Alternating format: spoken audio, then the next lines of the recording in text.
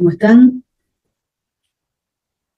Mi nombre es Susana Salomón, soy especialista universitaria en salud pública y en administración de la salud. Y hoy día lo que vamos a hacer es compartir una clase de nuestro curso de herramientas en gestión dentro del programa de formación en competencias transversales para residencias del equipo de salud. Fundamentalmente dentro de esta clase de introducción a las herramientas imprescindibles para gestionar en salud, nuestra intención es que veamos el tema de gestión en salud, porque es uno de los temas pivot de este curso, sobre todo porque tenemos que tratar de internalizar el tema de gestión en salud y tenerlo en cuenta a la hora de transitar nuestras profesiones del equipo de salud. Por eso es una de las competencias transversales básicas dentro de nuestros programas de formación. Las competencias a lograr en este curso son tratar de que como profesionales del equipo de salud tengamos la posibilidad de identificar la diferencia entre gestión y administración y reconocer los distintos tipos de organización de salud. Lo que vamos a ver es gestión y administración, el por qué es necesario gestionar en salud, y de las organizaciones vamos a ver la estructura, los tipos y las características. En un hospital se debe gestionar la atención, fundamentalmente la asistencia de los pacientes, porque tenemos que ver la salud de las personas, no solo la enfermedad, los procesos productivos, es decir, entregar el servicio al usuario, nuestros productos, que ya hemos visto en otras clases de gestión son un servicio, la gestión del conocimiento con competitividad, nuestros aspectos técnicos productivos, tener en cuenta los nuevos avances, innovar, las interrelaciones personales, y hemos dicho siempre que las organizaciones de salud son organizaciones complejas, enseguida lo vamos a repasar, los intereses del usuario, que serán nuestros ciudadanos, que como dijimos recién son los sanos o los enfermos, tener en cuenta los intereses de los profesionales, del personal de apoyo, de los gestores, los administradores, los directivos, las autoridades políticas, por ejemplo, en algunos casos, en los servicios públicos, o los accionistas en los hospitales o instituciones privadas. Los recursos, la praxis médica, la medicina defensiva, que hoy tenemos que tenerla en cuenta con los juicios de mala praxis, la seguridad del paciente y el error. Y también dijimos que en los hospitales tenemos que tener en cuenta la formación continua, la investigación y la extensión. ¿Qué se debe gestionar en una organización de salud? Hoy en día, además de lo que les he mencionado, tenemos que tener en cuenta la disminución de los tiempos muertos, la concentración de la demanda, la barrera de accesibilidad, la simplificación de los pasos administrativos, el cliente interno, los programas educacionales y que cada uno realice bien lo que tiene que hacer. En el sistema de salud hay dos cosas que están enfermas y que son graves: los costos y la calidad de atención y seguridad de los pacientes.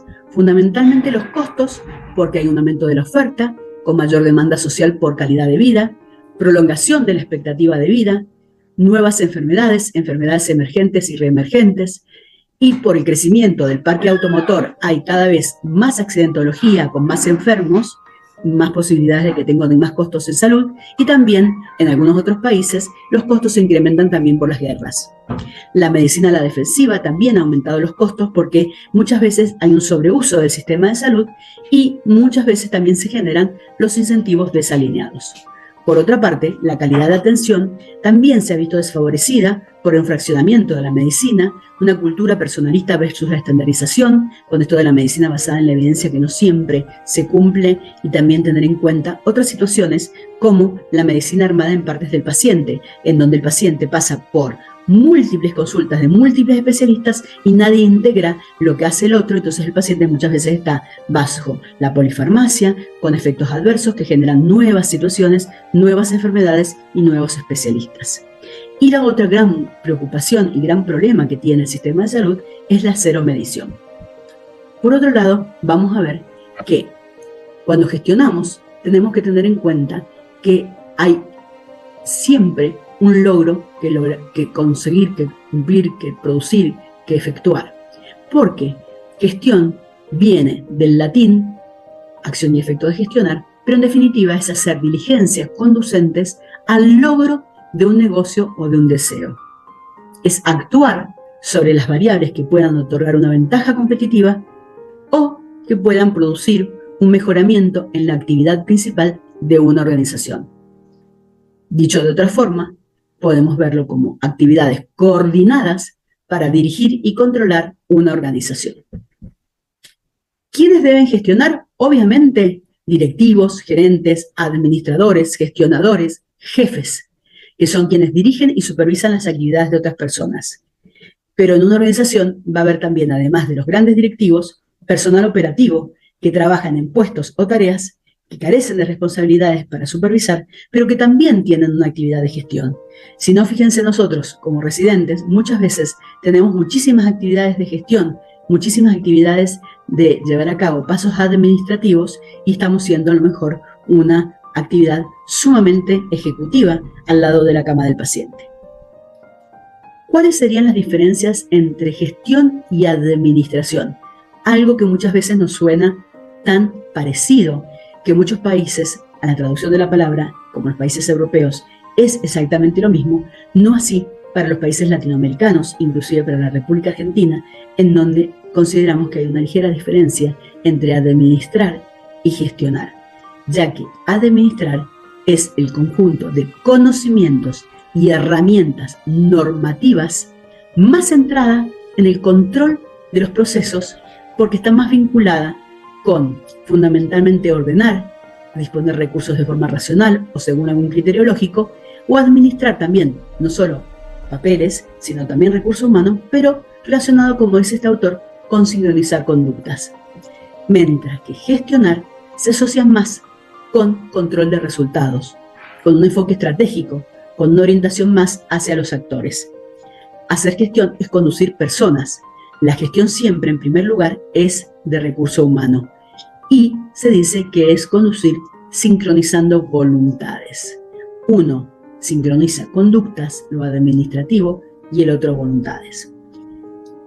En los hospitales, fíjense, yo puedo tener servicios, como por ejemplo el de personal, que va a tener que verificar horario de entrada, horario de salida, cuántos días me tomé de licencia anual reglamentaria, si cumplí o no cumplí la vuelta de esa licencia anual reglamentaria, y ese sería mi servicio o departamento de personal.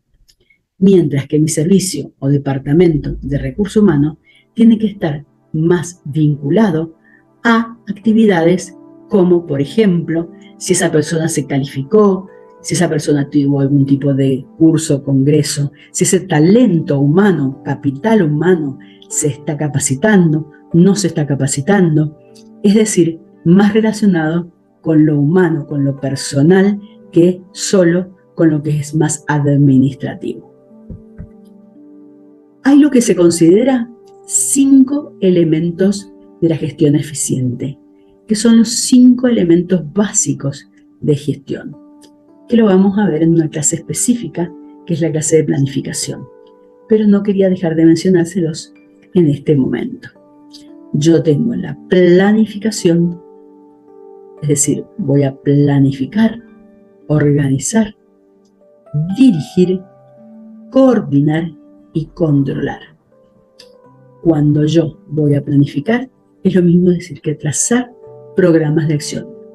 Planifico y yo voy a verificar, sobre todo, que haya un programa de acción que se lleve a cabo para que yo llegue a buen puerto mi organización. Organizar, yo voy a organizar mi talento, recurso, capital humano y los bienes materiales, los recursos materiales, que puede ser que yo los tenga o que tenga que ingresarlos, para los cuales a lo mejor tengo que ver mis prioridades y ver cómo voy a hacer para lograr que ingresen, supónganse, a un circuito de un programa, de un proyecto que yo esté planificando. Dirigir es hacer funcionar la organización, pero desde el alto mando o desde el mando intermedio. Coordinar es armonizar los actos y realizar esfuerzos para que todo el mundo esté bien, haga bien su tarea y, en definitiva, esto va a redundar en un éxito de la organización. Con respecto a controlar, es verificar que todo funcione de acuerdo a lo planificado. Ustedes saben que en sus residencias que tienen programas por competencias, tienen la parte de la evaluación, que es una forma de control y tienen que ver cómo se hace el control desde la evaluación y también la supervisión de la residencia. Es decir, que en una buena gestión yo tendría que cumplir con estos pasos de planificar, organizar, dirigir, coordinar y controlar, que llevan a cabo, por ejemplo, los grandes capitales, las grandes empresas, para llevar adelante sus gestiones. Hasta ahí hemos visto gestión versus administración y por qué es necesario gestionar en salud. Ahora vamos a ver organizaciones. ¿Qué es una organización? Es un conjunto de recursos y esfuerzos orientados a la consecución de determinados objetivos. Mientras que organizaciones de salud se definen, por ejemplo, este autor, que es un autor que me parece muy valioso a la hora de ver el tema de organizaciones en salud, que nos dice que la organización en estos sistemas de salud fundamentalmente es una organización compleja, con múltiples dominios sociales y técnicos, en donde coexisten saberes, objetivos y metas, en el contexto de una identidad, cultura e institucionalidad, que se intenta dar un valor agregado a lo que se hace, mejorando el desempeño, innovando, aprendiendo a diario y desarrollando inter y transdisciplinaridad. Me importa que se queden sobre todo con el tema de que es una organización compleja, que hay diferentes dominios, porque fíjense, está fuertemente el equipo de salud, los administrativos, pero yo puedo tener personal de limpieza, personal de seguridad, que estén sobre todo supeditados a un contrato, que a lo mejor no les están pagando, que a lo mejor, entonces yo tengo que tener en cuenta todo eso a la hora de considerar mi organización de salud. Coexisten saberes, los saberes populares, los saberes de la cultura de las personas que asisten a mi organización y los saberes de las personas que atienden en mi organización, con una identidad que vamos a ver en una clase de identidad, en donde yo tengo que considerar cuál es la misión, visión, si tiene o no tiene principios, valores rectores, si están declamados o son tan innatos que están en cada uno de los trabajadores. Y tener en cuenta que todos queremos permanentemente la mejora de la persona que viene a acudir a nosotros, ya sea sana o enferma, o queremos que tenga una vida con una calidad de vida adecuada, correcta y que sea feliz. Tanto nuestro usuario externo como también el usuario interno que nos pidió de todo. Es decir, que la idea es que mejoren el desempeño de esas personas que están adentro y fuera del sistema, innovando y que todos aprendamos a diario de todos. La política organizacional que llevan a cabo nuestras instituciones son el conjunto de principios, directrices, normas y reglas que orientan permanentemente la acción de la organización. ¿Para qué sirve la política? Fundamentalmente para establecer prioridades. Son las que van a establecer qué se prioriza en una institución, en una organización. Por ejemplo, ¿qué prioriza nuestro Ministerio de Salud a nivel nacional o qué prioriza nuestro Ministerio de Salud provincial? Eso es la política organizacional. Hay una estructura organizacional que tiene 3 niveles: un nivel superior, un nivel medio y un nivel inferior. El superior es el político, el nivel medio es el táctico y el nivel inferior es el operacional. El nivel superior es estratégico, el nivel medio es el que le sigue, que es el táctico, y el nivel inferior, como les dije, es el operacional. El superior es la cabeza de la organización, el medio es el cuello y el inferior es la base. Si la cabeza es una cabeza grande, compleja, ahí estamos con problemas, porque suele ser que esas cabezas grandes tienen los cuellos muy angostos, y las bases también suelen ser grandes, entonces el famoso cuello de botella. Si la cabeza es grande y el cuello es ancho, la organización es descentralizada y en general las bases suelen ser acordes. Pero yo tengo que tener en cuenta que si el cuello es un cuello angosto, la parte inferior permita fluir lo más que se pueda ese paciente por el contexto del sistema de salud. ¿Cuál es la estructura organizacional? Yo puedo tener esta forma, fíjense el dibujito, una pirámide plana, en donde hay un gran número de subordinados por cada superior. un solo jefe con muchos subordinados. Entonces, ahí la comunicación va a ser rápida y la dificultad es para ejercer el control, porque si una persona tiene que a lo mejor supervisar 30 personas o 50 personas, se le hace difícil esa supervisión. Entonces, esto se da como ventaja la obligación de delegar y tiene que tener políticas claras para poder delegar bien. Y las desventajas es que el superior va a estar muy cargado con una pérdida de control. ¿Qué pasa si la pirámide es al revés? Es muy alta. Hay un menor número de subordinados por cada superior y mayor número de niveles de comunicación, con lo cual la comunicación se transforma en algo lento, tedioso, burocrático. Pero hay facilidad de ejercer el control, porque esa persona va a tener bajo su mando menos número de personas. Fíjense, ese sería el dibujito, más posibilidades de ejercer el control y el conocimiento agrupado por especialidades. Por ejemplo, un carácter de asesor como el dibujo lo marca, con la autoridad en una sola mano y la responsabilidad en ese menor número de personas, pero con esos déficits. ¿Qué sería una pirámide equilibrada? El número de subordinados por cada superior y una comunicación eficiente que facilite el control. Un esquema así, en donde yo tendría una persona que esté supervisando y las áreas estén bajo control y un conocimiento repartido de forma uniforme. Las ventajas: estrecha supervisión y control y rápida comunicación. Y las desventajas: que hay mucho involucramiento en el trabajo y muchos niveles administrativos. Quiero que piensen cómo es la organización de ustedes. ¿Es una pirámide plana? ¿Es una pirámide muy alta?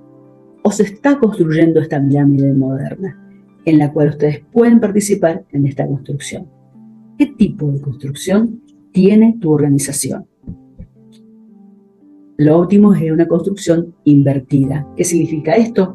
Que el usuario esté arriba, sea el centro, lo más importante de la pirámide, y los trabajadores y los mandos medios estén abajo.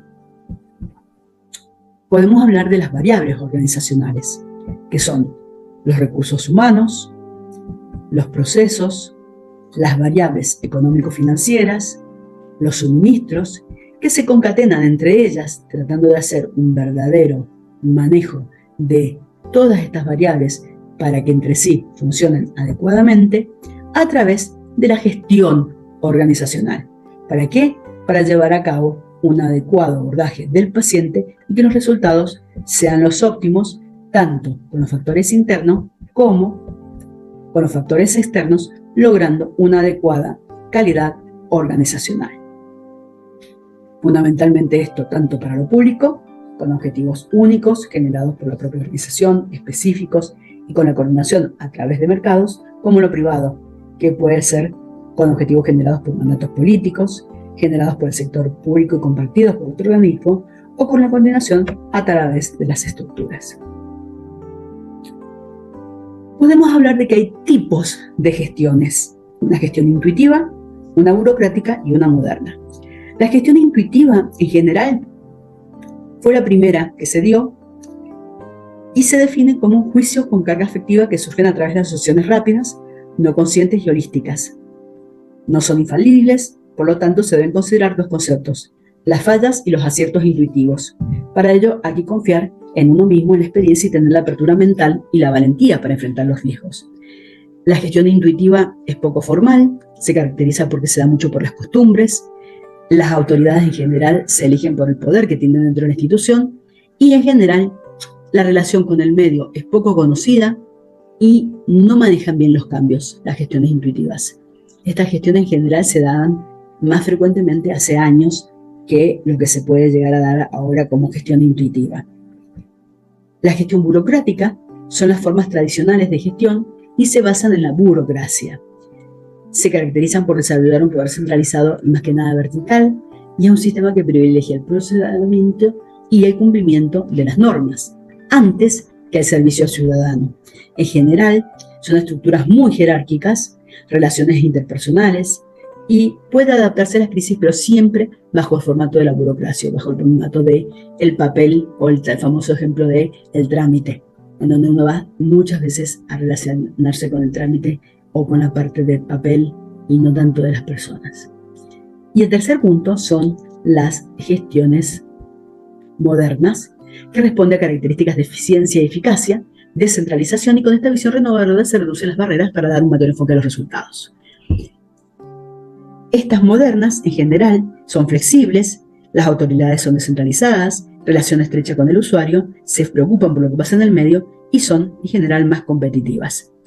Quiero que piensen qué tipo de gestiones son las que tienen en sus organizaciones, para poder ver ejemplos de gestiones. Con respecto a las estrategias de las organizaciones, esos eran los tipos, bueno, estos autores introdujeron el concepto de capacidad adaptativa y trataron de ver que la capacidad adaptativa tiene que ser empresarial, tecnológica y administrativa. Y así surgió que los tipos estratégicos de las organizaciones se podían clasificar en defensivas, exploradoras, analíticas y reactivas. ¿Cuáles son las defensivas? Aquellas que se caracterizan por la expectabilidad y el retraimiento. En general, su preocupación principal es la eficiencia, no tienden a buscar nuevas oportunidades. Es como que una vez que lo logran, se quedan quietitas, ni se mueven. Otras,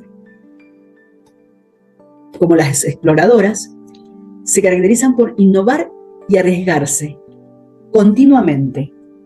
Están en la búsqueda continua de oportunidades, frecuentemente crean cambios e incertidumbres, a los cuales los competidores tienen que responder. Están muy preocupadas por el producto y la innovación.